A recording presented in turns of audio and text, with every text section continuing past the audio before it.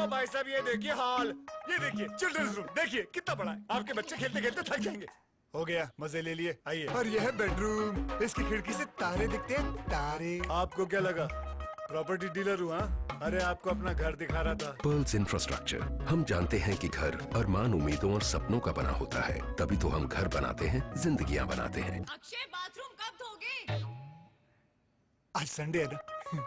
मैं पूर्व विधायक जय भगवान अग्रवाल रोहिणी विधानसभा क्षेत्र अंग्रेजी नववर्ष के शुभ अवसर पर मैं दिल्ली वासियों को बहुत बहुत बधाई देता हूं और हमारी संस्कृति और संस्कारों से जुड़ा हुआ नया वर्ष विक्रमी संवत 2071 1 अप्रैल 2014 से प्रारंभ होगा। उस वक्त भी मैं पूरी तरह से अपने भाइयों को हार्दिक बधाई दूंगा। टेक्निया इंस्टीट्यूट की ओर से सभी देशवासियों को नववर्ष की हार्दिक शुभकामनाएं देता हूं। सभी का जीवन मंगलमय हो ये कामना करता हूं। भारत देश दुनिया के नए शिखर पर पहुंचे ये उम्मीद करता हूं। जय हिंद। क्या है 2014 की आंखों में? कला से राजनीति तक,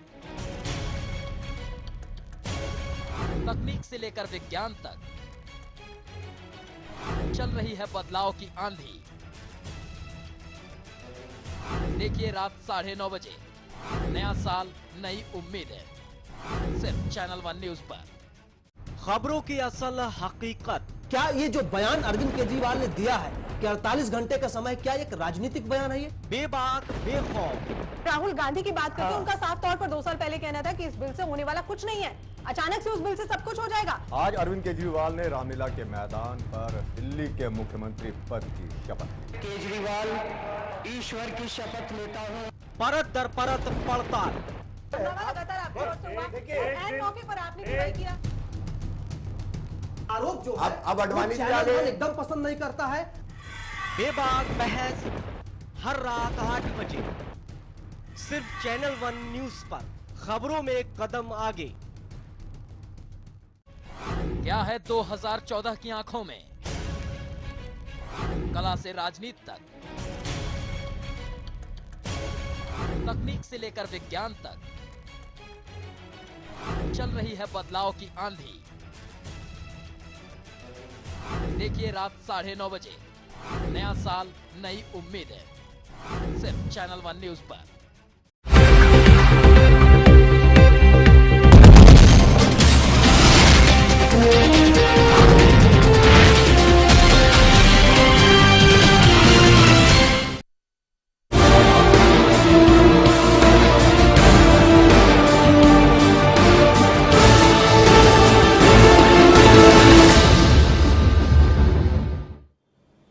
नमस्कार, बेबाक बहस में आपका स्वागत है और मैं हूं ललित खजूरिया। अरविंद केजरीवाल भले ही दिल्ली के मुख्यमंत्री बन गए हों, लेकिन असली अग्नि परीक्षा कल होनी है। दरअसल कल दिल्ली विधानसभा में केजरीवाल को अपना बहुमत साबित करना है, लेकिन क्या बचेगी केजरीवाल की सरकार? आज की हमारी बहस का मुद्दा यही रहेगा।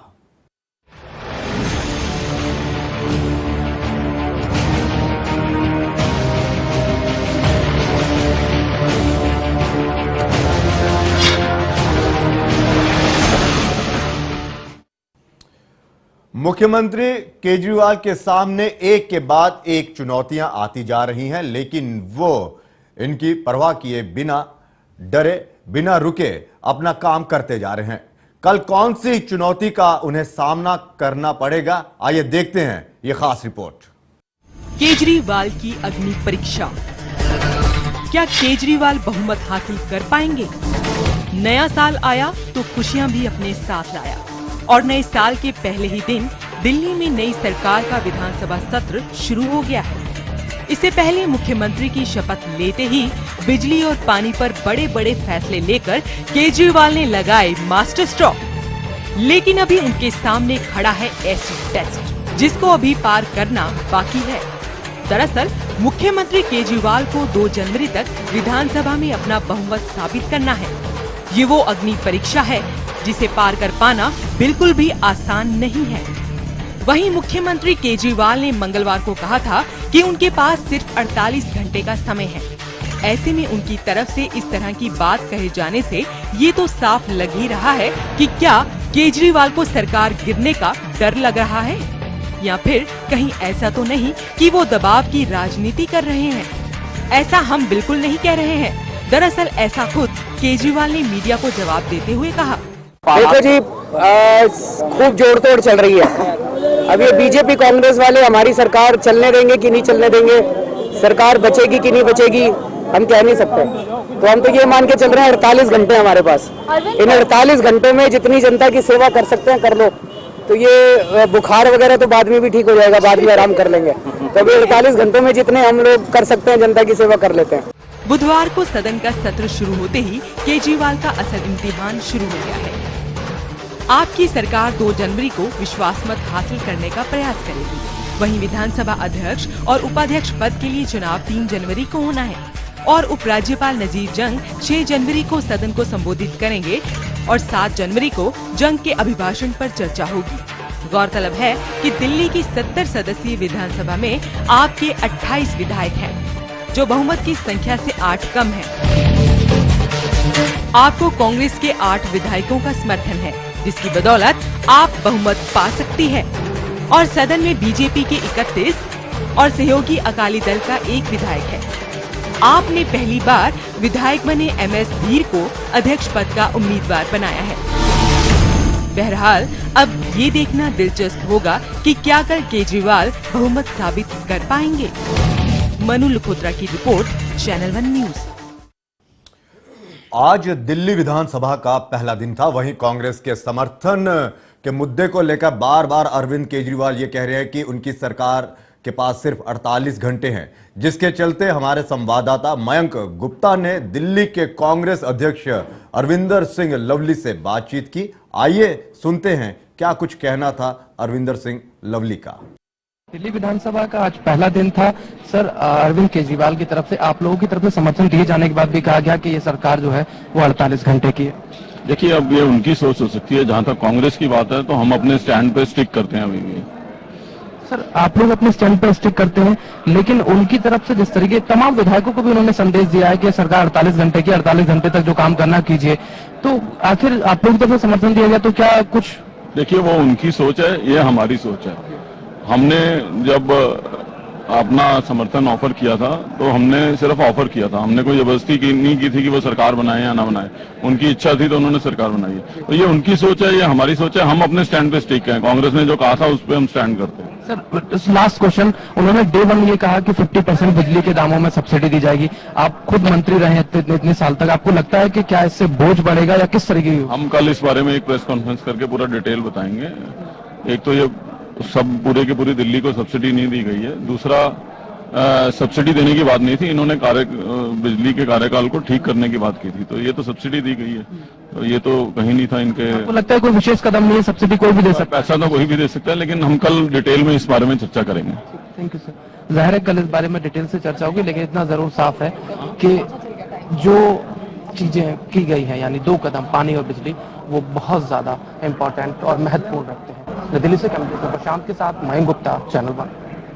इसी के साथ मयंक गुप्ता ने बात की बीजेपी लीडर डॉक्टर हर्षवर्धन से। दिल्ली विधानसभा का आज पहला दिन था। सर, अरविंद केजरीवाल की तरफ से तमाम विधायकों को भी कहा गया है कि 48 घंटे की हमारी सरकार है, जबकि कांग्रेस ने साफ कर दिया कि वो समर्थन दे रहे हैं। तो ऐसे में आखिर संशय की स्थिति कहाँ पर? मुझे पता नहीं। ये तो सवाल ऐसा है कि इसका जवाब तो वही दे सकते हैं ना जिन्होंने वो बयान दिया है।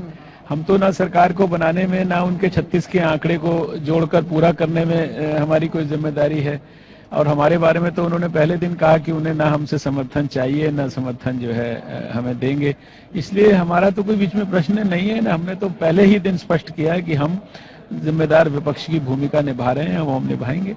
सर, 2 अहम कदम उन्होंने उठाए, बिजली का, पानी का। बिजली में उन्होंने कहा था कि सुधार करेंगे, लेकिन सब्सिडी की बात जो सामने आई है, तो कोई भी दे सकता है, आपकी सरकार भी या किसी भी सरकार सब्सिडी तो दे सकती है, इसमें कोई नया कदम तो नहीं? देखिए, हमने कल भी कहा था कि बिजली के दाम अगर बिजली कंपनियों को या DERC को कन्विंस करके कम किए गए होते तो समझ में आता। आपने सब्सिडी के माध्यम से बिजली का दाम कम किया है। यह वो पैसा है जो आम आदमी, गरीब आदमी जनता को टैक्स के रूप में देता है, और जिससे मेरे लिए ब्रिज बनना था, मेरे लिए सड़क बननी थी, मेरे लिए स्कूल और अस्पताल बनना था, उस पैसे को ही बिजली कंपनी को देकर और मेरे ही दूसरे जेब से निकाल कर और मेरे को ही दिखाएंगे और वही खुद लूटेंगे, तो जनता को ऐसा तो नहीं है कि समझ में नहीं आएगा, जनता को सब कुछ समझ में आ रहा है। जाहिर है कि अब लेकिन देखना ये होगा कि जो ये दोनों कदम हैं इनका, जो विपक्षी पार्टी इसमें कांग्रेस भी शामिल है, भले ही वो समर्थन दे रही हो, अब देखना है कि वो किस तरीके से इसका विरोध करती है। मैं दिल्ली से कैमरा पर्सन प्रशांत के साथ मयंक गुप्ता, चैनल 1। तो इसी बहस पर चर्चा करने के लिए स्टूडियो में मेरे साथ मौजूद है अनिल नरेंद्र, जो वरिष्ठ पत्रकार है, साथ ही साथ मेरे सहयोगी यूसुफ अंसारी साहब। सर, आपका स्वागत है। साथ ही साथ हम अपने दर्शकों को बता दें कि हमारे साथ अमृत धवन भी जुड़ेंगे। अमृता धवन, नेता जो कांग्रेस के हैं, आनंद साहू बीजेपी के नेता हैं। जैसे ही वो हमारे साथ जुड़ेंगे हम उनसे चर्चा करेंगे। सर, सबसे पहले मैं आपके पास आऊंगा। अनिल जी, क्या वाकई कल इम्तिहान की घड़ी है अरविंद केजरीवाल के लिए? क्योंकि बार बार 48 घंटे का वक्त कह रहे हैं और कल विश्वास मत का भी इम्तिहान है। देखिए, मेरी व्यक्तिगत राय यह है कि उनको ऐसी बात नहीं कहनी चाहिए, क्योंकि ये सब जानते हैं कि कोई भी पार्टी इस समय इस सरकार को गिराने में दिलचस्पी नहीं रखती अपने अपने कारणों से। तो ऐसा नहीं है कि यहाँ पर कल कोई इनकी सरकार गिर जाएगी या विश्वास मत हासिल नहीं होगा। तरीके अपने अपने होंगे, दोनों पार्टियां कोई ना कोई अपना कारण बता के और पास हो जाएगा जी। और रहा ये बात ये कहना कि 48 घंटे की सरकार है, देखिए 48 घंटे हमारे पास जनता की सेवा करने के लिए, तो 48 घंटे में तो जनता की सेवा तो नहीं हो सकती। बहरहाल घोषणाएं बहुत हो सकती हैं जी, और अभी तो घोषणाएं हो रही हैं, इनको इम्प्लीमेंट करने में समय लगेगा, हल्के हल्के इसका असर देखने को मिलेगा। पर मैं ये मानता हूं कि राजनीति की शुद्धिकरण में ये एक महत्वपूर्ण कदम जरूर है। यूसुफ जी, क्या वाकई अरविंद केजरीवाल सहमे हुए हैं? बार बार क्यों कहा जा रहा है कि 48 घंटे? देखिए, ये जो उनका सहमना है ये अभी समझ से बाहर है, क्योंकि कांग्रेस ने पहले एक बात साफ कर दी थी जब बिना शर्त समर्थन आपको दिया था सरकार बनाने के लिए। उन्होंने कहा था कि हम विश्वास मत के दौरान सरकार नहीं गिरने देंगे, इस बात की हम गारंटी लेते हैं। हालांकि कांग्रेस में जो 8 विधायक हैं उनमें से कुछ के बारे में ये आया है, कोई या कुछ ने इस तरह का अंदेशा जताया था कि शायद वो विश्वास मत के दौरान ही गड़बड़ कर सकते हैं, सरकार को गिरा सकते हैं। लेकिन बाद में आलाकमान की डांट के बाद वो सब ठीक हो गए हैं और अब कांग्रेस की तरफ से कहीं कोई ऐसा संकेत नहीं मिला है कि उसके सारे विधायक अरविंद केजरीवाल की सरकार को समर्थन नहीं देंगे। तो ऐसे में ये बात बार बार कहना कि हमारे पास सिर्फ 48 घंटे हैं या कांग्रेस और बीजेपी मिलकर हमारी सरकार गिरा सकते हैं, अगर कांग्रेस को सरकार गिरानी होती तो वो बिना शर्त समर्थन क्यों देती? सवाल ये है। पहले ही मौके पर, पहले ही कदम पर सरकार गिराने का ना कोई लॉजिक समझ में आता है और ना कोई वजह समझ में आता है। नहीं, वजह ये तो नहीं है कि जिस तरह से ताबड़तोड़ वादे किए हैं उन्होंने, क्या उन्हें लगता है कि वो वक्त रहते इन्हें पूरा नहीं कर पाएंगे, मुकम्मल नहीं कर पाएंगे? शायद यही वजह है कि लोगों में वो एक ये सोच देना चाहते हैं, देखिए मेरे पास इतना वक्त था, मैंने इतने काम किए, अब कांग्रेस ने इस तरह से किया, हम क्या कर सकते हैं? हो सकता है वो ऐसा करना चाहते हो, लेकिन उनकी एक राजनीति का अपना तरीका है। उन्होंने पहले ये बात कही थी कि भाई हम राजनीति में सत्ता हासिल करने नहीं बल्कि राजनीति को बदलने आ रहे हैं। तो राजनीति को वो बदल रहे हैं, राजनीति के तौर तरीकों को बदल रहे हैं। अब ये राजनीति के तौर तरीके जो बदले जा रहे हैं, ये देश हित में है कि नहीं है, जनहित में है कि नहीं है, ये तो आने वाला वक्त बताएगा। जैसे जनता पर क्या असर पड़ता है, घोषणा करना एक बात है, फैसला कर कागज पे साइन करके फैसला करना एक दूसरी बात है, और उस फैसले को जनहित तक पहुंचाना, जनता तक पहुंचाना, वो एक अलग बात है। जैसा अभी अरविंदर सिंह लवरी को आपने सुना, हमारे संवाददाता ने बताया, तो उन्होंने कहा कि भाई बिजली के दाम 50% कम करने का वादा अरविंद केजरीवाल साहब का था जी। और उन्होंने अब जो ये कम किया है ये सब्सिडी के जरिए कम किया है, जबकि सब्सिडी देने की बात पहले कभी नहीं कही गई थी। उन्होंने कहा गया था कि बिजली कंपनियों को काफ़ी फायदा होता है और जितना मुनाफा होता है उस मुनाफे को कम करके आम आदमी को राहत दी जाए। तो ऐसा तो अभी तक कुछ हुआ नहीं है। बिजली के दाम पर सब्सिडी देने की जो नई बात आई है, और सब्सिडी फिर कैसे मिलेगी? जो दूसरी सरकार की जो स्कीमों में सब्सिडी सीधे बैंक अकाउंट में जा रही है, तो क्या ये बिजली की सब्सिडी भी बैंक अकाउंट में जाएगी? पूरा खाता बिजली का बिल लोगों को पूरा जमा करना पड़ेगा और बाद में जो सब्सिडी होगी वो उनके खाते में जाएगी? इस तरह के तमाम सवाल अभी उठेंगे। अभी तो सिर्फ फैसला एक लिया गया है, उस फैसला लेने को कैसे इंप्लीमेंट किया जाएगा, उसका क्या मैकेनिज्म तैयार होगा, ये चीजें अभी सामने आनी बाकी हैं। अनिल, क्या वाकई अरविंद केजरीवाल ये सोचते हैं, एक फिल्म भी आई थी नायक, एक दिन का मुख्यमंत्री, क्या वो अपने आप को इसी तरह का पेश करना चाहते हैं कि वक्त बहुत कम है, ताबड़तोड़ काम किया जाए? नहीं ललित जी, मेरा ऐसा मानना है कि अरविंद केजरीवाल के पीछे एक बहुत अच्छी टीम है, ऑर्गेनाइजर्स की दिमाग जिनमें बहुत दिमाग है, और इनका टारगेट है 2014 लोकसभा चुनाव, मुझे ऐसा लगता है। जी जी। तो ये जो है ये सारी ये एक एक्सरसाइज है टुवर्ड्स दैट। तो ये देख रहे हैं कि भाई अगर यहाँ पर क्या रिजल्ट बनता है, क्योंकि यहाँ पे जो रिजल्ट बनेगा वही अल्टीमेटली 2014 के लिए इनके लिए बेस बनेगा। जी जी। तो ये इसलिए ये अभी तक जो 2 घोषणाएं की गई हैं जी, उनमें जो इन्होंने पहले बात कही थी उसमें और इनमें थोड़ा अंतर है। तो अभी से ही थोड़ा सा डिफरेंस आ गया, और इसको पहले कुछ कहा, अब सब्सिडी की बात कर दी। पानी के कनेक्शन के भी बारे में पहले इन्होंने मीटर का कभी जिक्र नहीं किया कि जिनके मीटर लगेंगे उन्हीं को ही फायदा होगा। जी जी। ये बात अब सब्सिक्वेंटली सामने आई है, और बहुत से लोग जो हैं दिल्ली के, वो उनको अभी ये बेनिफिट नहीं मिल सकता। तो यूसुफ साहब ने सही कहा कि भाई ये तो जब जनता को ट्रांसफर होगा बेनिफिट, एक्चुअल बेनिफिट होगा, तब चीज सामने आएगी। अभी तो इट्स लिटिल अर्ली टू से। यूसुफ जी, क्या अरविंद केजरीवाल शब्दों की राजनीति कर रहे हैं? क्योंकि लोगों को समझ में नहीं आता है कई बार कि सब्सिडी में और आधे दामों में कितना अंतर है।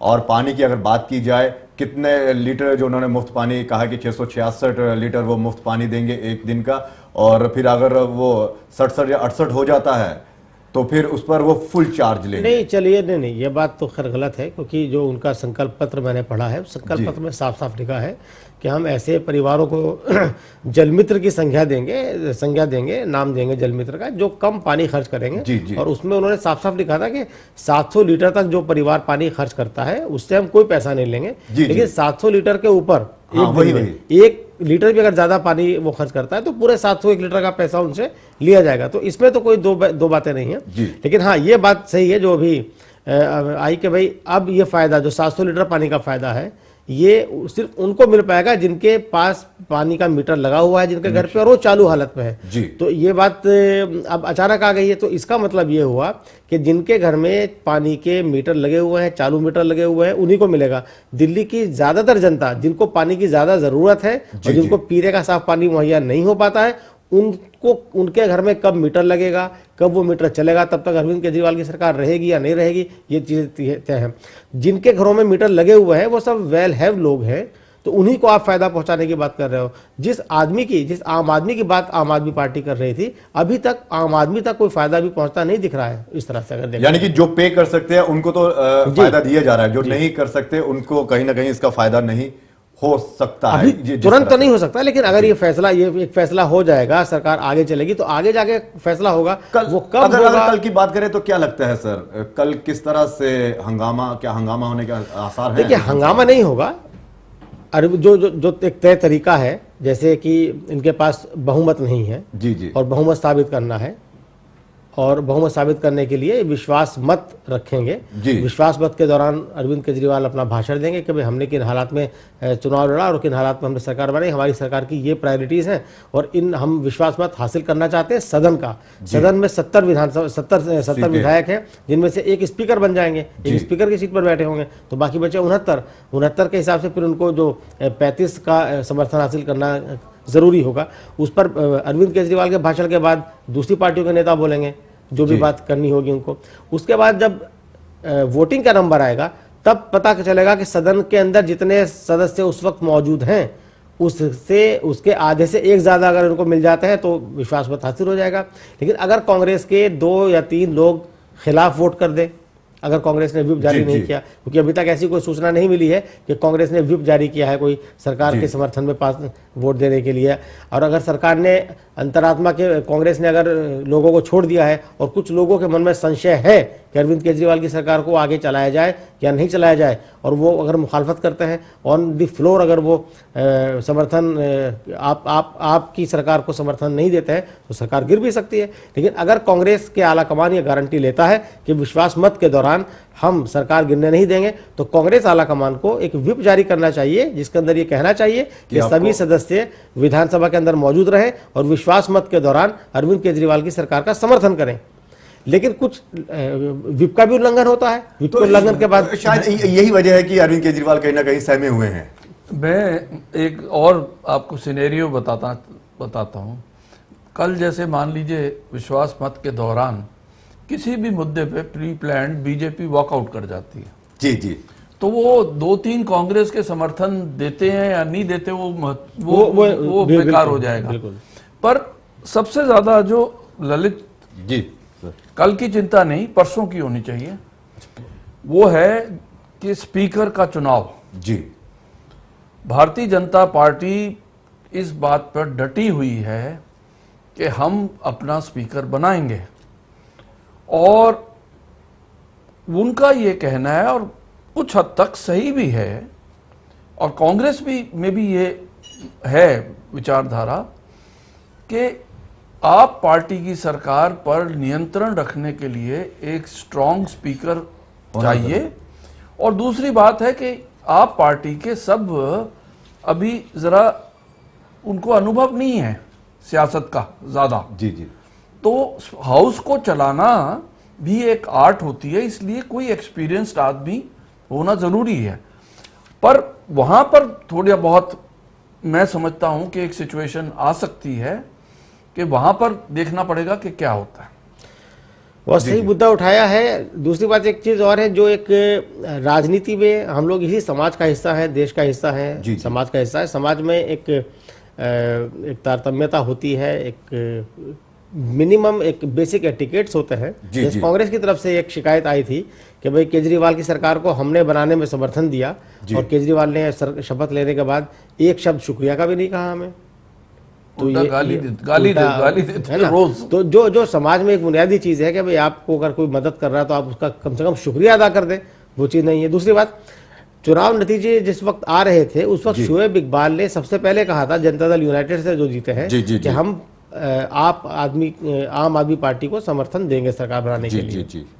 इनके पास जो विधायक जीते हैं वो बिल्कुल सही बात है, पहली बार जीते हैं सभी लोग, और एक्सपीरियंस्ड भी कम है और एज में भी कम है जी। सब तो स्पीकर जो एक होता है वो पूरे सदन का एक तरह से गार्जियन कह सकते हैं उसको, सदन का गार्जियन होता है, और उस गार्जियन जिसको आप गार्जियन बना रहे हैं वो गार्जियन की तरह लगना चाहिए जी। तो अरविंद केजरीवाल को चाहिए था कि एक बड़ा दिल दिखाते हो, जिन लोगों ने पहले समर्थन दिया है सरकार को, तो शायद उन लोगों में से, जैसे कि या तो कांग्रेस में किसी सीनियर आदमी को स्पीकर की पोस्ट वो ऑफर करते, जैसे जब संयुक्त मोर्चा की सरकार इस देश में बनी थी 1996-96 में, तो तब कांग्रेस के समर्थन से सरकार बनी थी यूनाइटेड मोर्चा की, तो कांग्रेस के पीए संगमा स्पीकर बनाए गए थे और एक बहुत अच्छे स्पीकर वो साबित हुए। यहाँ पर शोएब इकबाल चूंकि डिप्टी स्पीकर रह चुके हैं ऑलरेडी, तो उनको ये पद दी जा सकती थी, है ना। तो उस तरह की चीजें जो सामने आ रही है कि जो आम आदमी पार्टी के नेताओं के अंदर, अरविंद केजरीवाल हालांकि मंच से कहते हैं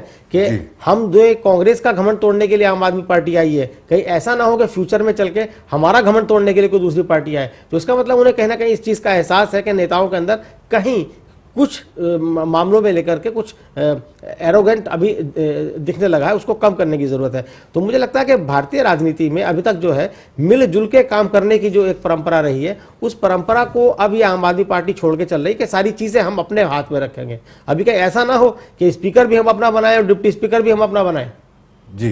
तो ये जो चीजें हैं कि बाकी जो जीत करके आए हैं लोग, वो जनता ने क्यों उनको चुन कर भेजा है। आमतौर से तरीका हमारे यहाँ ये है कि स्पीकर जो होता है वो सत्ताधारी पार्टी की तरफ से होता है, और जो डिप्टी स्पीकर होता है वो विपक्ष की तरफ से होता है, ताकि सदन को एक बैलेंस तरीके से चलाया जा सके। तो वो परंपरा यहाँ टूटती हुई दिख रही है। तो वो परंपरा टूटती हुई दिख रही है। लेकिन अगर केजरीवाल की बात करें, जिस तरह से आपने कहा कि काफी एरोगेंट है, और जिस तरह से कांग्रेस ने भी हमला किया है कि हम इन्हें समर्थन दिया और शुक्रिया अदा तक नहीं किया, अगर वो जिस तरह से विश्वास मत के दौरान वो कहेंगे कि हमने समर्थन क्यों लिया, क्योंकि हमने समर्थन इसलिए लिया कि हमने रायशुमारी की, अगर उसी दौरान वो कांग्रेस पर हमला करते हैं तो फिर क्या कहा जाए, कहीं ना कहीं जब वो नहीं, कहीं ये बातें जो अरविंद केजरीवाल साहब की तरफ से आ रही हैं कि भाई 48 घंटे की सरकार है, तो या तो ये हो सकता है कि वो अपनी बातों से, चढ़ाने वाली बातों से कांग्रेस को उकसा रहे हैं कि साहब आप समर्थन वापस ले लीजिए हमसे, या हमारी सरकार को गिरा दीजिए। यही तो समझने वाली बात है सर।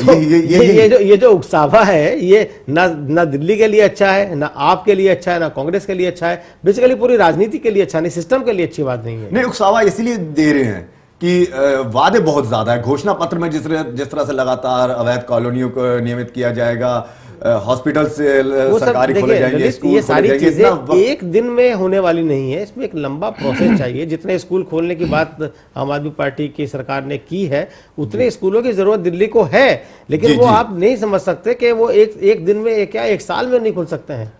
उसमें एक लंबा प्रोसेस लगता है, इंफ्रास्ट्रक्चर चाहिए, जमीन चाहिए। यूसुफ भाई, मेरा एक मानना और है, मैं इसे कभी कभी समझता हूँ ये नूरा कुश्ती है कांग्रेस की और आप पार्टी की। मकसद है किसी भी कीमत पर भारतीय जनता पार्टी को सत्ता में आने से रोकना। दूसरी तरफ जो सिचुएशन है कि अरविंद केजरीवाल साहब कितने गंभीर हैं अपने मुद्दों पे, वो तब पता लगेगा जबकि वो कांग्रेस के जो पूर्व मंत्री हैं और मुख्यमंत्री हैं उनके खिलाफ जांच कराएंगे, और जैसे वो बार बार कहते थे कि हम इन्हें जेल में डालेंगे, वो होगा असल फ्लैश पॉइंट। जी, ये अभी कंपनियों के खिलाफ ऑडिट करा लेंगे, उसका जल बोर्ड के अधिकारियों को बदल दिया थोक भाव से, ये सब तो प्रशासनिक कदम है, ये मैं इन्हें बहुत गंभीर नहीं मानता।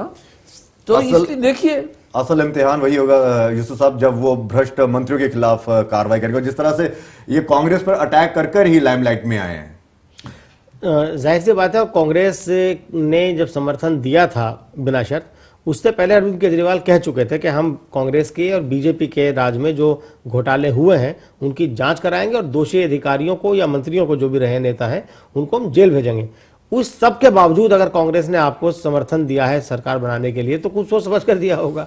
तो इसका मतलब यह है कि कांग्रेस के नेता, कांग्रेस का आलाकमान को नहीं लगता है कि उनके नेताओं ने कहीं कोई गड़बड़ की है, वरना कौन जानबूझ के अपनी जान सांसद में डालना चाहेगा, है ना। तो अब उनको ये डर नहीं होना चाहिए केजरीवाल साहब को कि हमारी सरकार बचेगी गिरेगी, या तो आप समर्थन वापस लेने के लिए उकसा रहे हो। ये जो अटैक अरविंद केजरीवाल ने सरकार बनाने से पहले भी किया था और चुनावों से पहले भी, कि अगर कोई भी भ्रष्ट मंत्री हमें मिलेगा तो हम उसे जेल में डालें, ये जो बदले की राजनीति है, आप कहते हैं कि हम राजनीति को बदलने आए हैं, लेकिन ये जो बदले की राजनीति का उनका एक जो नजरिया है वो बार बार देखने को मिल रहा है कि कहीं ना कहीं वो ये चाहते हैं कि सब कुछ मैं ही करूं, मैं ही ईमानदार हूं, हमारी पार्टी के ही नेता ईमानदार है, बाकी भ्रष्ट है, और जो भ्रष्ट होगा उसको जेल में डालेंगे। ये नहीं करेंगे कि जांच वगैरह, सीधा एक ही मकसद है कि जेल में डालना।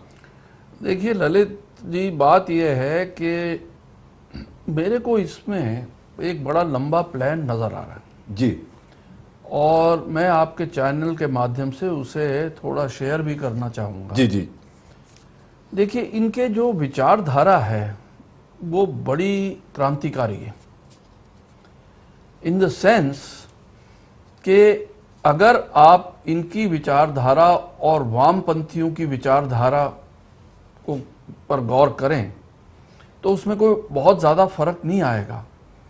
ये इंडिविजुअल से ज़्यादा व्यवस्था परिवर्तन करना चाहते हैं, ओवरथ्रो ऑफ द सिस्टम या सुधार ऑफ द सिस्टम कंप्लीटली। तो सुधार ऑफ द सिस्टम तो आवश्यक है और होना चाहिए जी, और उसमें जनता भी इन्वॉल्व है पूरी तरह, पर विद इन द सिस्टम आपको करना चाहिए और करना पड़ेगा। आप सिस्टम को थोड़ी ना बदल सकते हो। तो ये इनकी कभी इनकी एक रूप नजर, शक्ल नजर आती है, कभी मेरे को दूसरी नजर आती है। हो सकता है आप इससे सहमत हो या ना हो, पर मुझे ऐसा लगता है there is a deeper plan जी, जो आगे चल के पता लगे। जी यूसुफ साहब, आप क्या कहेंगे? देखिए, डीपर प्लान क्या है, क्या नहीं है, क्या वो करना चाहते हैं, ये दिल्ली के बारे में तो काफ़ी कुछ उन्होंने लिखा है, लेकिन बहुत सारे नीतिगत मुद्दे हैं, उन पर अभी आम आदमी पार्टी का एक ओवरव्यू आना बाकी है, सामने आना बाकी है। जैसे आरक्षण इस देश में एक बहुत सेंसिटिव इशू है जी जी, और आम आदमी पार्टी से जुड़े हुए तमाम लोग, वो खासकर अरविंद केजरीवाल भी एक बार जेएनयू में गए थे यूथ फॉर इक्वलिटी के किसी फंक्शन में, वहाँ उन्होंने आरक्षण की पुरजोर मुखालफत की थी।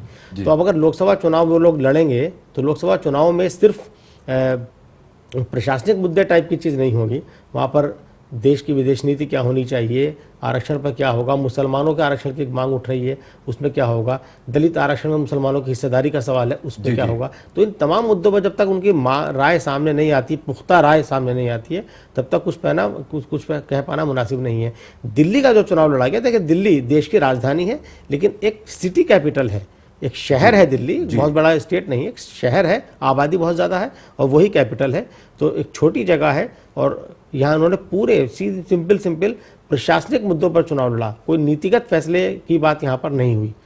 जब देश की राजनीति की बात आप करेंगे तो नीतिगत फैसला आना होगा, तो उस पर जब तक राय सामने नहीं आएगी तब तक समाज के जो और तबके हैं, चाहे वो पिछड़ा वर्ग हो, चाहे वो दलित वर्ग हो। आज दलित वर्ग दिल्ली में अरविंद केजरीवाल के साथ खड़ा दिखा झाड़ू लेकर के, लेकिन अगर अरविंद केजरीवाल दलित आरक्षण के मुद्दे पर खामोश रहते हैं, पिछले दिनों उदित राज जी ने एक रैली की थी दिल्ली में और उसमें कारपोरेट सेक्टर में भी दलित आरक्षण की मांग चल रही, बाकायदा एक बिल संसद के अंदर पेंडिंग पड़ा हुआ है और रामविलास पासवान तमाम दलित नेता उसके हक में है कि प्राइवेट सेक्टर में, क्योंकि कारपोरेट सेक्टर को सरकार तमाम तरह की छूट देती है, तमाम तरह की सुविधाएं देती हैं, तो वहां पर भी आरक्षण मिलना चाहिए, क्योंकि गवर्नमेंट सेक्टर में नौकरियां कम हो रही हैं और आज कारपोरेट सेक्टर का दबदबा है। तो उस पर कुल मिलाकर अरविंद केजरीवाल के सामने बहुत ज्यादा चुनौतियां हैं और अपना वो नजरिया भी साफ नहीं कर पा रहे हैं कि उन्हें सिर्फ दिल्ली के लिए काम करना है या फिर देश के लिए काम करना है। फिलहाल यहां पर रुकेंगे छोटे से ब्रेक के लिए, ब्रेक के बाद भी हमारी ये बहस जारी रहेगी।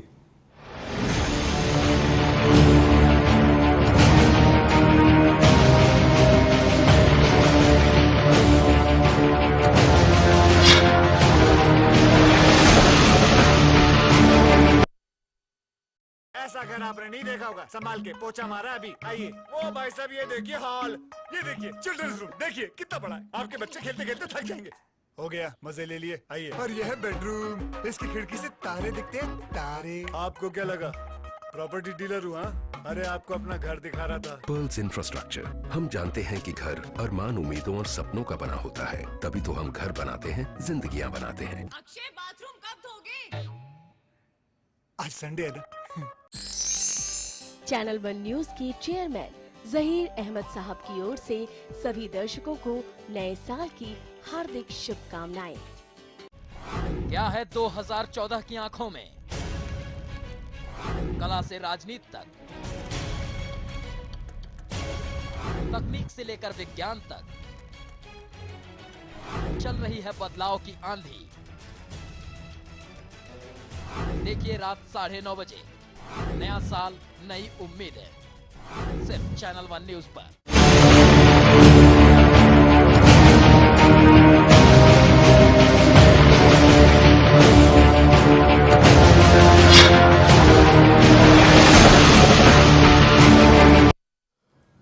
तो केजरीवाल अपना नजरिया बिल्कुल साफ नहीं कर पा रहे, बार बार 48 घंटों का वो वक्त दे रहे हैं कि मेरे पास सिर्फ 48 घंटे हैं और इसलिए मुझे काम बहुत ज्यादा करना है। हमारे साथ आनंद साहू साहब जो बीजेपी के नेता है वो जुड़ गए हैं। आनंद साहब, स्वागत है आपका इस प्रोग्राम में। सबसे पहले ये जानना चाहेंगे कि आखिर खतरा किस चीज का है? बार बार 48 घंटे 48 घंटे 48 घंटे और कल जिस तरह से विश्वास मत उन्हें पेश करना है। देखिए, मुझे नहीं लगता है किसी प्रकार की खतरा है और भारतीय जनता पार्टी शुरू से ही कहते रही कि न समर्थन लेंगे न देंगे, और दूसरी ओर कांग्रेस ने बिना शर्त उन्होंने कहा है कि हम समर्थन लिखित रूप से दे रहे हैं और दिया है। तो मुझे ये संशय कहाँ से आ रही है? या तो मुझे ये लग रहा है कि केजरीवाल साहब को लग रहा होगा कि पावर शेयरिंग जो अपने खुद का उनका जो 28 विधायक हैं जी उनके साथ तालमेल, पावर शेयरिंग ठीक से ना हो तो निश्चित रूप से उनका हो सकता है कहीं संशय आ रहा होगा कि हमारी विधायक कहीं नहीं, उनका डर है क्योंकि आइडियोलॉजिस्ट पार्टी नहीं है ये आइडियोलॉजिस्ट पार्टी नहीं है। उनके बयान बार बार आ रहे हैं कि कांग्रेस और बीजेपी मिलकर सरकार वो गिरा सकते हैं, इसलिए मैं सरकार चलाने की या बाकी चीजों की परवाह नहीं करता, मेरा काम है काम करना। वो आप पर आरोप भी लगा रहे हैं कि आप भी गिरा सकते हैं उनकी सरकार कांग्रेस के साथ मिलकर। साहब, हम क्यों गिराएंगे? देखिए, हम जो चाहते थे पानी का दाम घटाना, पानी पहुंचाना, बिजली का दाम 30% सीधे फ्लैट हम कम करना चाहते थे, वही इन्होंने घुमा फिरा के 30% के आसपास, यानी उससे कम या थोड़ा बहुत उसके आसपास इन्होंने करने का घोषणा किया है, वो भी 3 महीने के लिए। हम लोग चाहते थे परमानेंट 30% सॉल्यूशन दे। और पानी जो मोटर से चढ़ता है वो हमने कहा था कि हम इतना प्रेशर बनाएंगे पंप में कि पानी को मोटर चलाना नहीं पड़े। पंप पे तो प्रेशर बनाने की 40% कोशिश की, लेकिन तो जनता पर प्रेशर नहीं बना सके सर आप। देखिए जनता जो है देखिए भ्रमित हो गई मुझे लगता है, क्योंकि ये जो जिस प्रकार से अब अभद्र भाषाओं का प्रयोग करके एक आंदोलन जो चलाया, हर एक विषय का उनके पास सॉल्यूशन दिखाया, तो जनता को लगा कि एक बार क्यों नहीं दिया जाए। अच्छी बात है, हम लोग का भी उद्देश्य यही है कि जनता को ज्यादा से ज्यादा सुविधा मिले। ये सुविधा अगर केजरीवाल साहब के माध्यम से मिल रहा है तो हम क्यों उनका विरोध करें? किया लोगों को इन्होंने जिस तरह से बीजेपी कह रही है। देखिए इसमें कोई संदेह नहीं कि बीजेपी हो या कांग्रेस हो, वो लोगों की एस्पिरेशंस तक नहीं पहुंच सकी, कारण उनके अपने अपने रहे होंगे और बहाने भी अपने अपने रहे होंगे। तो जो जनता इतनी त्रस्त थी जी, उसको इन लोग अरविंद केजरीवाल एंड पार्टी ने उनमें एक नई उम्मीद, नई किरण जगाई कि अगर हमको लाओगे तो हम आपको डेफिनेटली राहत पहुंचाएंगे जो ये बाकी पार्टियां नहीं दे सकी। अब जनता को राहत चाहिए, उनको एक रास्ता नजर आ रहा है। उन्होंने कहा कि जी ये तो सब दोनों आजमाई हुई हैं, तो क्यों ना इस रास्ते पे भी चल के देखें। तो ये हो रहा है। सर क्या वाकई विकल्प के तौर पर देखा गया? विकल्प के तौर पर तो देखा गया, और दूसरी बात जो वादे किए गए और जो सब बाग दिखाया गया जनता को, तो उस आधार पर जनता ने, आम जनता ने उनको वोट दिया। और इसमें कोई शक नहीं है कि दिल्ली के अंदर एक बहुत बड़ा बदलाव हुआ, चौंकाने वाले नतीजे सामने आए, खासकर बीजेपी और कांग्रेस दोनों पार्टियों के लिए चौंकाने वाले नतीजे थे। लेकिन हो क्या रहा है कि बहुत सारी तो ऐसी बातें जो अभी शाहू जी कह रहे थे कि साहब क्या उन्होंने भ्रमित कर किया गया। कुछ चीज़ें तो ऐसी थी कि जो जनता को चूंकि जानकारी नहीं है उनको भी मुद्दा बना लिया गया। मिसाल के तौर पे जैसे कहा गया भाई हमारे विधायक जो हैं वो बड़ा घर नहीं लेंगे, तो ये पता होना चाहिए कि दिल्ली में विधायकों को अलग से मकान अलॉट नहीं होता है जी। विधायक लाल बत्ती नहीं लेंगे, विधायकों को विधायक लाल बत्ती के लिए एंटाइटल बिल्कुल नहीं है, है ना? नहीं, सुप्रीम कोर्ट का आदेश तो अभी आया है पहले से। तो ये जो सारी बातें संकल्प पत्र में लिखी, सुरक्षा की बात सर, सुरक्षा भी मिलता ही नहीं है, सुरक्षा भी नहीं मिलती ही नहीं है। रही बात दिल्ली के 7 मंत्री, एक मुख्यमंत्री और 6 मंत्री, सिर्फ मंत्री होने के नाते उनको मकान मिलता है, क्योंकि जैसे मैंने पहले कहा कि दिल्ली एक बड़ा स्टेट नहीं है बल्कि एक सिटी कैपिटल है, और ये माना जाता है कि जो आदमी दिल्ली में रहता है वही विधायक बनेगा, तो उसके लिए अलग से मकान देने की जरूरत नहीं होती है। तो तीनों बातें ऐसी थी, इस पे जनता वाकई मतलब एक तरह से कहा जाए जनता की जानकारी में यानी कुल मिलाकर कहा जाए कि अरविंद केजरीवाल ने जनता की नब्ज, लेकिन एक चीज है, जनता की नब्ज को पकड़ा और उस नब्ज को पकड़ने के बाद उन्होंने पासा फेंका और जनता ने उसे पसंद किया। जनता ने उनको जो नेता लोगों से दूर रहते हैं वो घर घर जाके उन्होंने डोर टू डोर कैंपेनिंग की, लोगों के साथ मिले और खुद ये कहा कि देखिए मैं सुरक्षा नहीं लूंगा, मैं आम आदमी हूं। आपके नेता नहीं कर पाए सर? देखिए एक बात है, जो अभी हमारे मित्र कह रहे थे जी, ये बिल्कुल जो भोले भाले लोग हैं उनको राजनीति से कोई लेना देना नहीं। भारतीय जनता पार्टी जो 15 वर्षों से जो आंदोलन किया लगातार, यहाँ महंगाई को ले लीजिए, चाहे भ्रष्टाचार को ले लीजिए, चाहे असुरक्षा की बातों को ले लीजिए, जो जिस प्रकार की असुरक्षा की भावना है, इतनी ज्यादा दहशत थी लोगों में।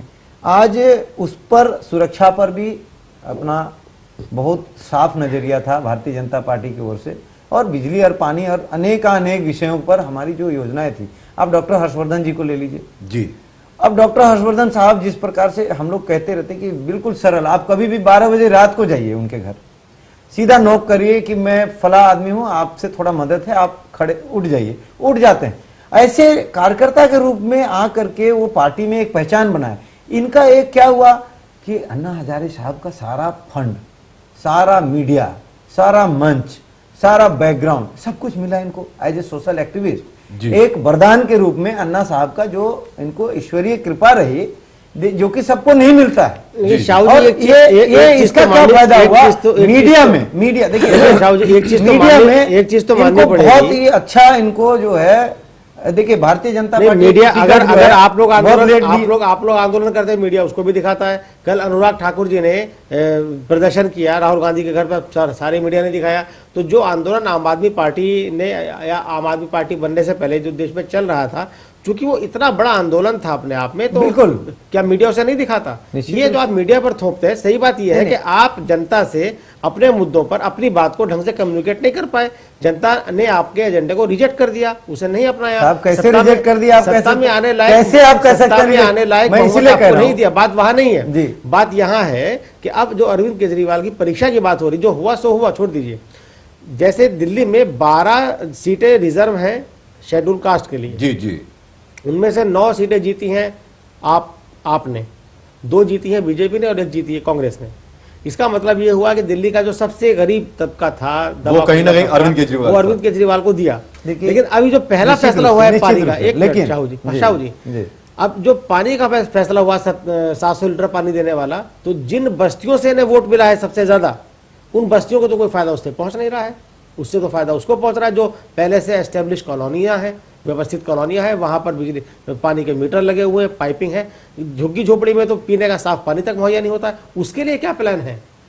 तो क्या कहा जाए कि जो आप पार्टी ने जो आम आदमी के मुद्दे उठाए और बीजेपी ने भी उठाए, हालांकि आपने बीजेपी जो विपक्ष में थी वो उसे कैश कर लिया और लोगों को बीजेपी के मुद्दे पसंद नहीं है, आपके पसंद है। देखिए ऐसा है कि ये मेरा सुझाव भी है और मेरी आलोचना भी है जी। भारतीय जनता पार्टी की परफॉर्मेंस फिलहाल दिल्ली में कॉरपोरेशन से जज की जा रही है, और क्योंकि असेंबली में तो पिछले 15 साल से विपक्ष में है जी जी जी, तो जो कॉरपोरेशन में जब लोग भ्रष्टाचार देखते हैं, जी जी, इनएफिशिएंसी देखते हैं, तो उन्हें ऐसा लगता है कि भाई ये भी वो कांग्रेस की जिस ढर्रे पे कांग्रेस चलती है उस ढर्रे पे ये चलते हैं। इनके लिए अब से लेके 2014 तक बहुत इंपॉर्टेंट है, क्योंकि अरविंद केजरीवाल भी बड़ी गौर से इस बात को देखेगा और इसको उछालेंगे वो कि इनको बीजेपी की आप क्या बात कर रहे हैं, इनका आप कॉरपोरेशन में इनका रवैया देखिए, इनके काम करने का ढंग देखिए। तो ये इनको थोड़ा बहुत इस बात का इस चुनाव में भी नुकसान हुआ है, मेरा ऐसा मानना जी। मैं देखिए एक चीज मैं ये कहूंगा कि बार बार जो आप दोनों मित्र मुझे एक बात याद दिला रहे हैं कि भारतीय जनता पार्टी को नकार दिया, ये लोग को पहुंच नहीं पाए। मैं ये कह रहा हूं आज भी आप देखेंगे तो 33% वोट प्लस हमको मिली। नंबर 1 ऑफ वोट से कुछ नहीं होता, 32% सीट से होता है। सीट भी सरकारें बनती है, आप लोगों के साथ दिक्कत ये है कि आप सच्चाई को कबूल नहीं करते। बहुत कबूल कर रहे हैं, अरविंद केजरीवाल मुख्यमंत्री बन गए, अब भी आप कहते हैं बहुत कबूल कर रहे हैं, इसीलिए उनको इतना हम सम्मान देते हैं। कह रहे हैं कि उनको तो पहले हमने सबको बधाई दिया, हमारे डॉक्टर साहब पहुंचे वहां, किसी पार्टी के नेता वहां नहीं पहुंचे थे। सर ये तो सभी का भारतीय जनता पार्टी के जाए तो वो आपने बधाई दी, नहीं गए, आपने बधाई दी, लीडर गए थे, आपने बधाई दी, आपके नेता वहां पहुंच के बधाई दी। ये अरविंद केजरीवाल ने बधाई का शुक्रिया अदा किया। निश्चित रूप से मैं ये कह रहा हूँ, देखिए यहाँ पर थोड़ा सा मुझे भी एक पक्ष है मैं रखना चाहता हूँ। जैसे निश्चित रूप से जो कमियां हैं उसको हमको एनालाइज करना चाहिए। हमको एक बात, आपकी मजबूरी भी हो रही है, एक बात और है, एक बात मैं जोरदार तरीके से ये बात कहता हूं अपने लीडर्स को भी कि जिस प्रकार से हमारे कार्यकर्ताओं का पहले पूछ होता था कि 2 दिन अगर वो नहीं दिखाई दिया तो उसके घर जाके पूछते थे कि कहां 2 दिन दिखाई नहीं दिया, क्या बात है, तबीयत तो ठीक है, घर परिवार सही तो है। लेकिन आज वो कार्यकर्ता सामने दिखता है, उससे काम भी नहीं लिया जाता ठीक से और उसको काम भी नहीं दिया जाता ठीक से। तो उसका नतीजा मुझे लग रहा है, देखिए हम खुद एक मजदूरों के से जुड़े हुए हैं, मजदूरों का काम करते हैं, किसान परिवार से जुड़ा हुआ, तो समझाइए ना और नेताओं को। नहीं, मुझे देखिए समझाने का क्या है, ये खुद समझदार हैं, हमारे लीडर्स को समझाना पड़ेगा। लेकिन मुझे लगता है हमारे जो है इसको एक्सेप्ट करना चाहिए कि भाई हमसे भी कहीं ना कहीं चूक हुई है, जहां हम 200-400 वोटों से हारे हैं। अगर हम अपने ही लोगों को कह देते कि भाई थोड़ा और निकल लो, इस बार जोर लगाओ, इस बार चूके तो ठीक नहीं होगा। मान सम्मान पूरा देश में जो है दिल्ली से एक लहर बनती है, निश्चित रूप से उसका नुकसान हुआ है। इसको हम अनिल जी क्या वाकई खतरे की लेकिन मैं साहू जी से जी पूरी तरह सहमत हूं और मैं जानता भी हूं कि कितने कर्मठ नेता हैं और कितनी मेहनत करते हैं। मैं एक चूक आप बात कर रहे हैं, मेरे हिसाब से सबसे बड़ी चूक तो आपसे ये हुई है कि आपने सरकार नहीं बनाई। आज जिस पोजीशन में अरविंद केजरीवाल साहब हैं उस पोजीशन में डॉक्टर हर्षवर्धन हो सकते थे। बिल्कुल। और अगर आपको अपने कार्यक्रमों पर विश्वास होता तो आपकी भी सरकार को कोई गिरा नहीं सकता था। नहीं अनिल जी, सरकार बीजेपी बन नहीं सकती थी ना। क्यों नहीं? नंबर उनके हक में नहीं थे। नंबर इसके हक में है? नहीं, तब ऐसा है बीजेपी पास नंबर बिल्कुल नहीं है, मजबूरी है ये, इस टाइम मजबूरी है, ये गलत ना कोई किसी के साथ है। अरविंद केजरीवाल सरकार इसलिए बना पाए कि कांग्रेस ने बिना शर्त बिना समर्थन शर्त दिया, उनको समर्थन दे दिया लिखित रूप से। बीजेपी को किसी ने समर्थन ऑफर नहीं किया। साहू जी, कांग्रेस के कुछ लोग मैं डेफिनेटली जानता हूं, उन्होंने ये कहा था हम टेक्टिकल सपोर्ट देंगे बीजेपी को। नहीं हो सकता, हम उसको तरीका बनाएंगे। 2014 का क्या हो सकता है? बिल्कुल इम्पॉसिबल बात आप कर रहे हैं। वॉकआउट कर जाओ यार, उसमें ललित हो गया। नहीं हो सकता। 6 महीने तक सरकार दोबारा नहीं गिर सरकार बनाने सकती। अविश्वास प्रस्ताव एक दफा पास हो जाए तो 6 महीने दोबारा नहीं आ सकता। उस दिन वो वॉकआउट कर जाए। देखिए ऐसा ये कांग्रेस दिमागी खेल, ये कम्युनल पार्टी ये संवैधानिक मर्यादा कम्युनल पार्टी है, इसका साथ नहीं दे सकते। मैं आपको रोकना चाहूंगा, क्षमा चाहूंगा आपसे।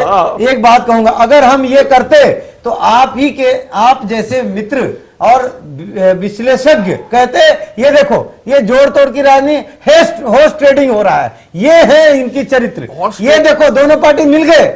इस प्रकार की बात अरविंद केजरीवाल ने कौन सी हॉर्स ट्रेडिंग करी? यूसुफ साहब के पास आऊंगा। यूसुफ साहब, क्या आपको लगता है कि कांग्रेस इस तरह का समझौता कर सकती थी? नहीं, ये तो जो बिल्कुल पॉसिबल नहीं था कांग्रेस के लिए, ना बीजेपी के लिए, कि वो दूसरे से समर्थन लेके सरकार बनाए या टेक्टिकल तरीके से सरकार बनाने की वॉकआउट कर देते हैं तो चलिए। हमें वो बहस का मुद्दा नहीं है। बहस का मुद्दा अब ये है कि अब अरविंद केजरीवाल के सामने शक्ति परीक्षण है, उनकी अग्नि परीक्षा होनी है और उसको उन्हें अपने वादों पर खरा उतरना है।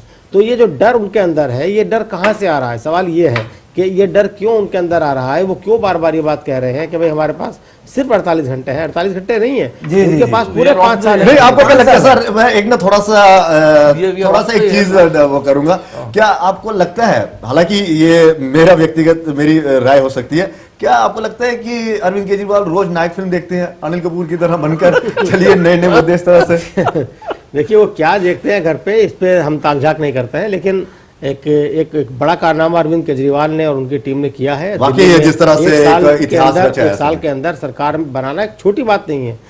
हो सकता है कि उन्हें लगता हो कि भाई कुछ वादे ऐसे हो गए हैं जिनको पूरा करना या तो संभव नहीं है या असंभव के नजदीक है और उसमें टाइम लगेगा।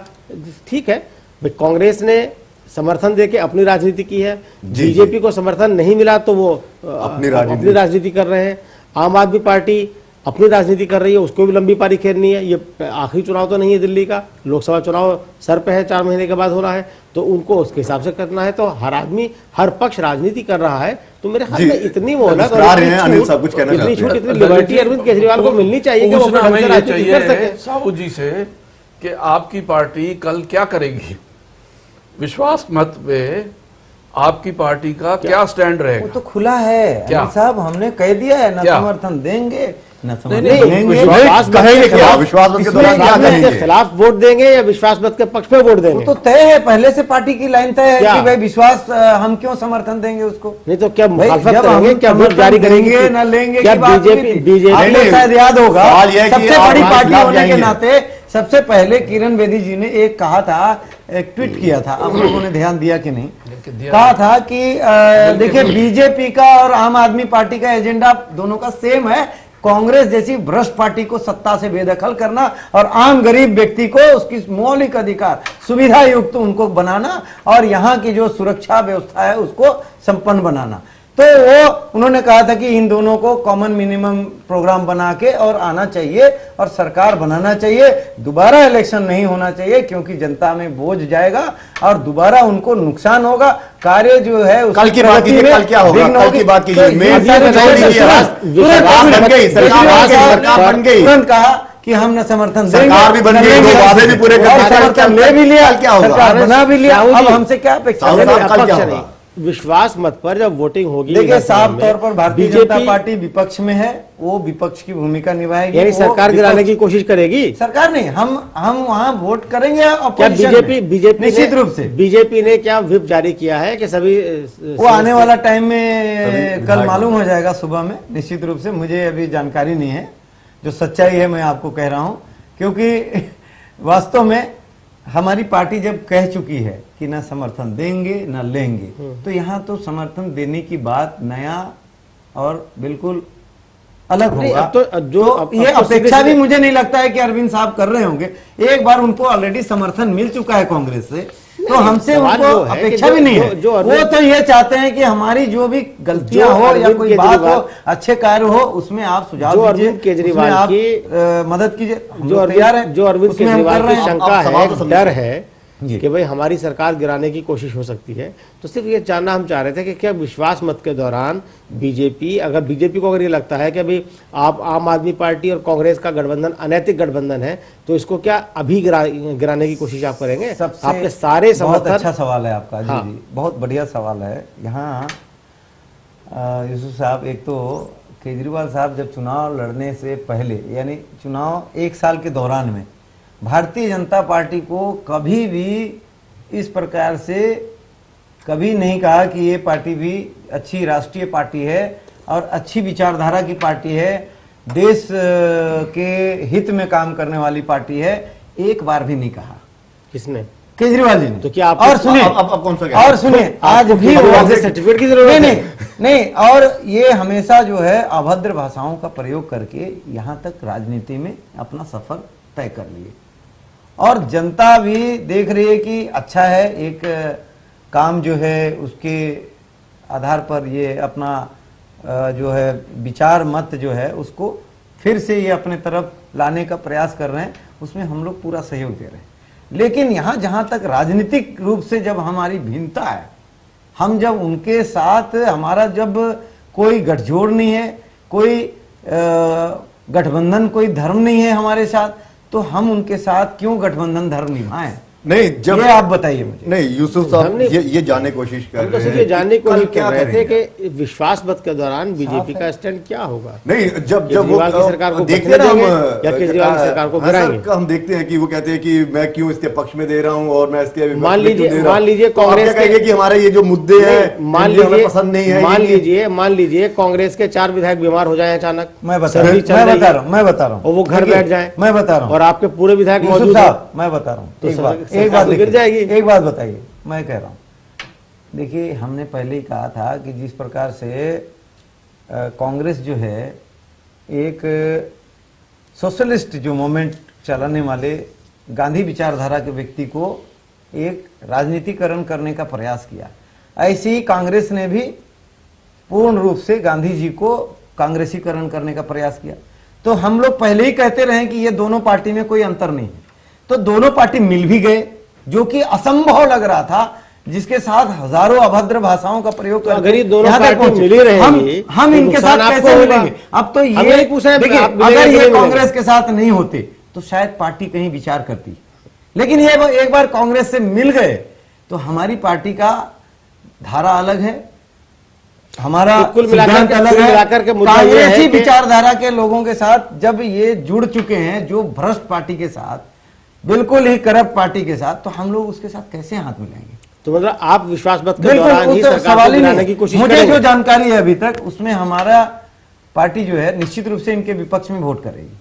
अनिल जी, आप क्या कहेंगे? मैं अब ये कहूंगा कि कल भी एक चुनौती है और उससे ज्यादा चुनौती परसों है जब स्पीकर का चुनाव है। मान लीजिए अगर स्पीकर के चुनाव में सत्तारूढ़ दल का स्पीकर हार जाता है जी चुनाव जी, तो क्या स्थिति बनेगी? क्योंकि वो अविश्वास प्रस्ताव जैसा ही है जी। यूसुफ साहब, ऐसे में क्या होता है? बिल्कुल बिल्कुल देखिए, अगर पहले विश्वास मत होगा जी, तो विश्वास मत पे तय हो जाएगा जी कि सरकार बचेगी या जाएगी जी। उसके बाद स्पीकर का चुनाव होगा, तो अभी सरकार तो बने, सरकार ने अभी ओथ ली है, अभी बहुमत साबित करना है, तो पहले कल का इम्तिहान जो है, कल का इम्तिहान तो पास करें, उसके बाद स्पीकर के चुनाव का नंबर, उसके बाद ही वो भी सोचेंगे। लेकिन साहब वाकई एक मुद्दा है कि लगातार वो जिस तरह से अपने वादे पूरे कर रहे हैं और कल वो विश्वास मत भी पेश करेंगे और हासिल कर लिया, फिर तो आपके लिए बहुत बड़ी चुनौती है, क्योंकि वादे इस तरह से पूरे कर रहे हैं वो कि अब उन्होंने ठान लिए कि हाँ अब मैं ही हूं जो दिल्ली को संवार सकता हूं, सुधार सकता हूं और राजनीति में कहीं ना कहीं पारदर्शिता ला सकता हूं। बहुत अच्छा सवाल आपने किया है और मैं इसका जवाब बहुत ही सीधे सपाट भाषा में आपको दे रहा हूं। जब जब शीला जी को चुनाव आता है तब तब वो घोषणा मंत्री बन जाते हैं मुख्यमंत्री से। ऐसा ही ये कहीं केजरीवाल साहब ना हो जाएं, क्योंकि इनको लग रहा है लोकसभा, पूरा देश की राजनीति इनको लग रहा है कि हम ध्रुवीकरण करके और एकदम प्राइम मिनिस्टर कैंडिडेट हो जाएंगे और देश में जो है लाल किला में हम जाके झंडा फहराएंगे। तो वो घोषणा मुख्यमंत्री से एक मिनट मुख्यमंत्री से घोषणा मंत्री हो गए हैं। अभी कागजों में है ये सारी बातें, अभी जब जनता को नहीं मिलेगी आप देखिएगा इन्हीं के जनता दरबार में इनका हाय हाय हो रहा है। इन्होंने ही अभद्र भाषा वहां प्रयोग करना शुरू कर दिए, जानवर की तरह बैठे हो, यहाँ जानवर की तरह रह रहे हो, इस तरह की बातें। आप मुख्यमंत्री के पद पर विराजमान व्यक्ति से आप उम्मीद कर सकते हैं?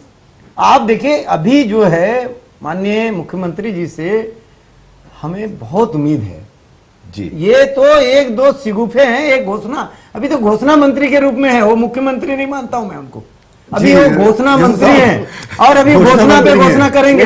अगर ये धरातल में काम नहीं हुआ, शाहू जी माने ना माने मुख्यमंत्री तो वो है अरविंद केजरीवाल, इसमें देखिए साहब चुनाव के तरीके से काम कर रहे हैं वो। दूसरी जो बात उन्होंने कही है कि भाई अभद्र भाषा का प्रयोग, तो ठीक है, जब आप सड़क पर आंदोलन कर रहे होते, किसी को ललकार रहे होते, तब तक तो ठीक है, चलता है, जनता का ध्यान आकर्षित करने के लिए, दूसरे को चैलेंज करने के लिए।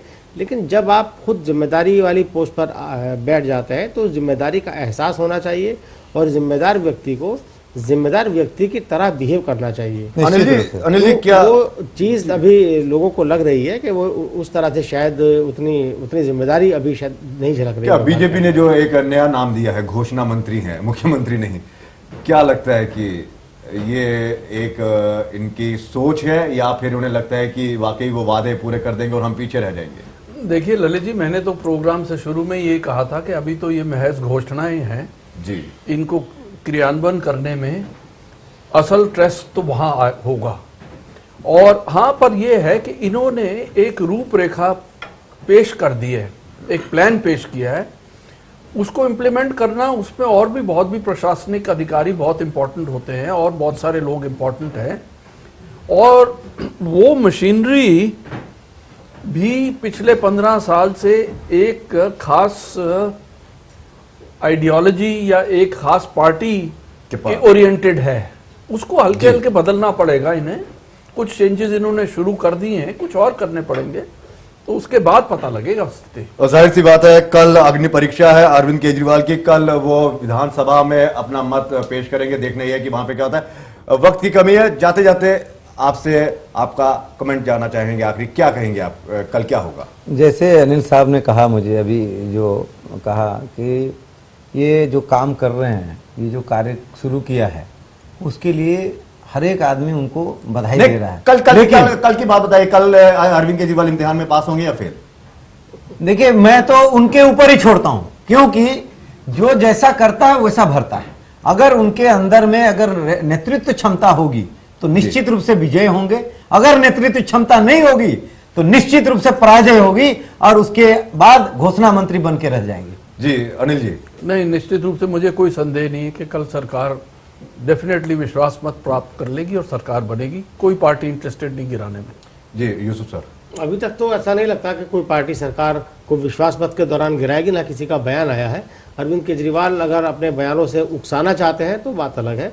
बहरहाल हम तो कहेंगे कि इब्तदाई इश्क है, रोता है क्या, आगे आगे देखिए होता है क्या। वाकई आगे आगे होता है, वो क्या होता है वो देखने वाली बात है, क्योंकि कल इम्तिहान की घड़ी है और आजमाइश वाली भी ये घड़ी है, क्योंकि हौसले जो है उनके बुलंद है, लेकिन बार बार डर जो है उनको कहीं ना कहीं ये सता रहा है। 48 घंटे क्या होगा 48 घंटों का, क्योंकि अब सिर्फ महज कुछ ही घंटे रह गए, कल पता चल पाएगा कि क्या अरविंद केजरीवाल अपना विश्वास मत हासिल कर पाते हैं या नहीं। बहुत बहुत शुक्रिया आप सभी मेहमानों का, यूसुफ सर आपका भी, अनिल जी आपका भी और आनंद जी आपका भी। फिलहाल हमारे इस खास प्रोग्राम में इतना ही, इजाजत दीजिए, नमस्कार।